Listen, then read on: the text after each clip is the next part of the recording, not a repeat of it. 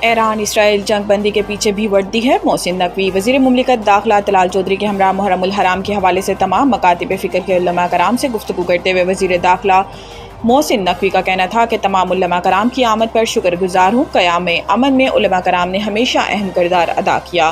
Chairman رویت حلال committee تمام مکاتب فکر کے لوگوں کو ساتھ لے کر چلتے ہیں۔ انہوں نے کہا کہ حضرت امام حسین سب کے ہیں۔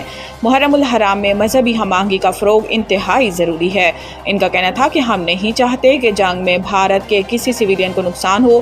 ہمارا ایک میزائل بھارت کے آئل ڈپو میں لگا اور سویلین آبادی بچ گئی۔ فیلڈ مارشل کو جنگ میں کسی قسم کی پریشانی نہیں تھی۔ بھارت نے 4 گنا زیادہ نقصان بھگتا۔ اللہ کی نصرت سے بھارت کے خلاف جنگ میں فتح نصیب ہوئی۔ ہم جنگ میں جیت کے بعد یوم آزادی 4 گنا زیادہ منا رہے ہیں۔ وزیر داخلہ نے کہا کہ خیبر پختونخوا میں جن علاقوں میں دہشت گردی زیادہ ہے وہاں علماء سے بات چیت کرنا ضروری ہے۔ مقامی لوگوں کی مدد کے بغیر دہشت گردی ختم نہیں ہو سکتی۔ محسن نقوی کا کہنا تھا کہ ایران اور اسرائیل کے درمیان سیز فائر میں وزیر اعظم کا اہم کردار ہے۔ ایران اسرائیل جنگ بندی کے پیچھے بھی وردی ہے۔ کے پی حکومت کا تختہ الٹنے کی خبریں۔ وزیر اعظم کی گورنر فیصل کریم اور ایمل ولی سے ملاقاتیں۔ بدھ کو وزیر اعظم شہباز شریف سے گورنر خیبر پختونخوا فیصل کریم کنڈی کی ملاقات ہوئی، جس میں وزیر اعظم کو دریائے سوات میں پیش آنے والے واقعے پر بریفنگ دی گئی۔ ملاقات میں وفاقی وزیر امیر مقام رانا مبشر اقبال، رانا ثناء اللہ، عبدالرحمان کانجو بھی موجود تھے۔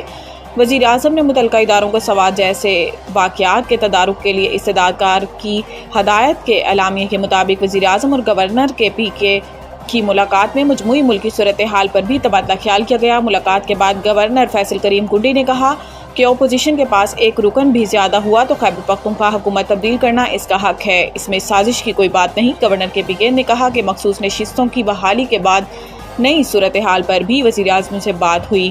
علی امین گنڈاپور کے خلاف سازش کے لیے ان کے اپنے لوگ ہی کافی ہیں۔ اس کے علاوہ وزیر اعظم محمد شہباز شریف سے عوامی نیشنل پارٹی کے صدر ایمل ولی خان کی ملاقات بھی ہوئی۔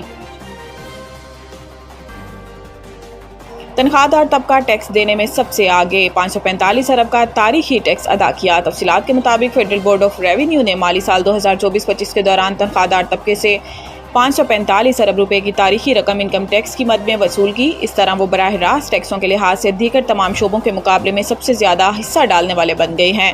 برآمد کنندگان نے صرف 180 ارب اور تاجروں نے 62 ارب روپے کی ادائیگی کی۔ صرف تنخواہ دار طبقے کی انکم ٹیکس میں شراکت برآمد کنندگان سے 300% اور سیاسی طور پر 62 تاجروں سے 500% زیادہ رہی۔ برآمد کنندگان نے ڈالرز میں آمدنی حاصل کرنے کے باوجود صرف 180 ارب روپے کا ٹیکس ادا کیا، جبکہ تاجروں نے، جو ہر سیاسی جماعت سے جڑے سمجھے جاتے ہیں، انکم ٹیکس آرڈیننس کی دفعہ 236 جی اور 236 ایچ کے تحت محض 62 ارب روپے کی ادائیگی کی۔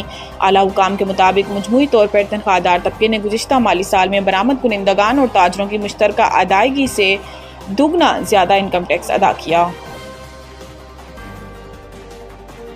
سوات واقعے میں مختلف محکموں کی کوتاہی سامنے آ گئی۔ چیئرمین انسپیکشن ٹیم کا عدالت میں اعتراف۔ پشاور ہائی کورٹ میں سانحہ سوات سے متعلق کیس کی سماعت ہوئی، جس دوران متعلقہ افسران نے عدالت میں پیش ہوئے۔ دوران سماعت چیئرمین انسپیکشن ٹیم سانحہ سوات نے عدالت کو بتایا کہ دریائے سوات واقعے کی تحقیقات جاری ہیں، جس میں مختلف محکموں کی کوتاہی سامنے آئی ہے۔ اس پر chief justice Peshawar high court نے کہا کہ غفلت برتنے والوں کا تعین جلد کیا جائے۔ چیف جسٹس ہائی کورٹ نے عدالت میں موجود کمشنر ہزارہ سے سوال کیا کہ ہزارہ میں سیاحوں کے تحفظ کے لیے کیا اقدامات کیے ہیں، میڈیکل ایمرجنسی کی صورت میں کیا انتظامات ہیں۔ اس پر کمشنر ہزارہ نے کہا کہ دفعہ 144 نافذ ہے، تجاوزات کے خلاف آپریشن جاری ہے۔ نتھیا گلی اسپتال میں اضافی عملہ تعینات کیا ہے۔ عدالت نے ہدایت کی کہ ڈرونز کو ٹیسٹ کریں، آزمائشی مشق کریں، دیکھیں کتنی دیر میں ایمرجنسی میں پہنچ سکتے ہیں، کہیں عین وقت پر ناکام نہ ہوں۔ چیف جسٹس نے مزید ہدایت کی ہے کہ سیاحوں کو محفوظ ماحول اور سیکیورٹی فراہم کریں۔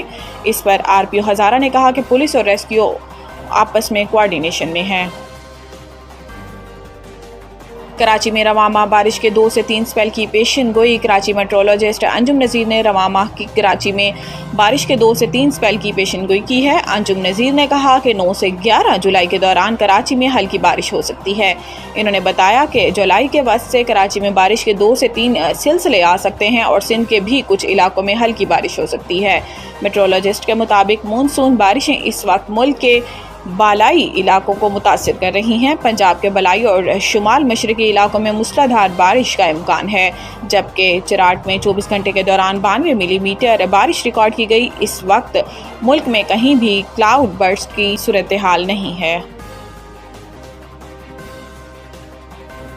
PSL 10 میں ویورشپ کا نیا ریکارڈ، تعداد اربوں تک پہنچ گئی۔ پاکستان سپر لیگ کی انتظامیہ پھر سے ایکشن میں آ گئی۔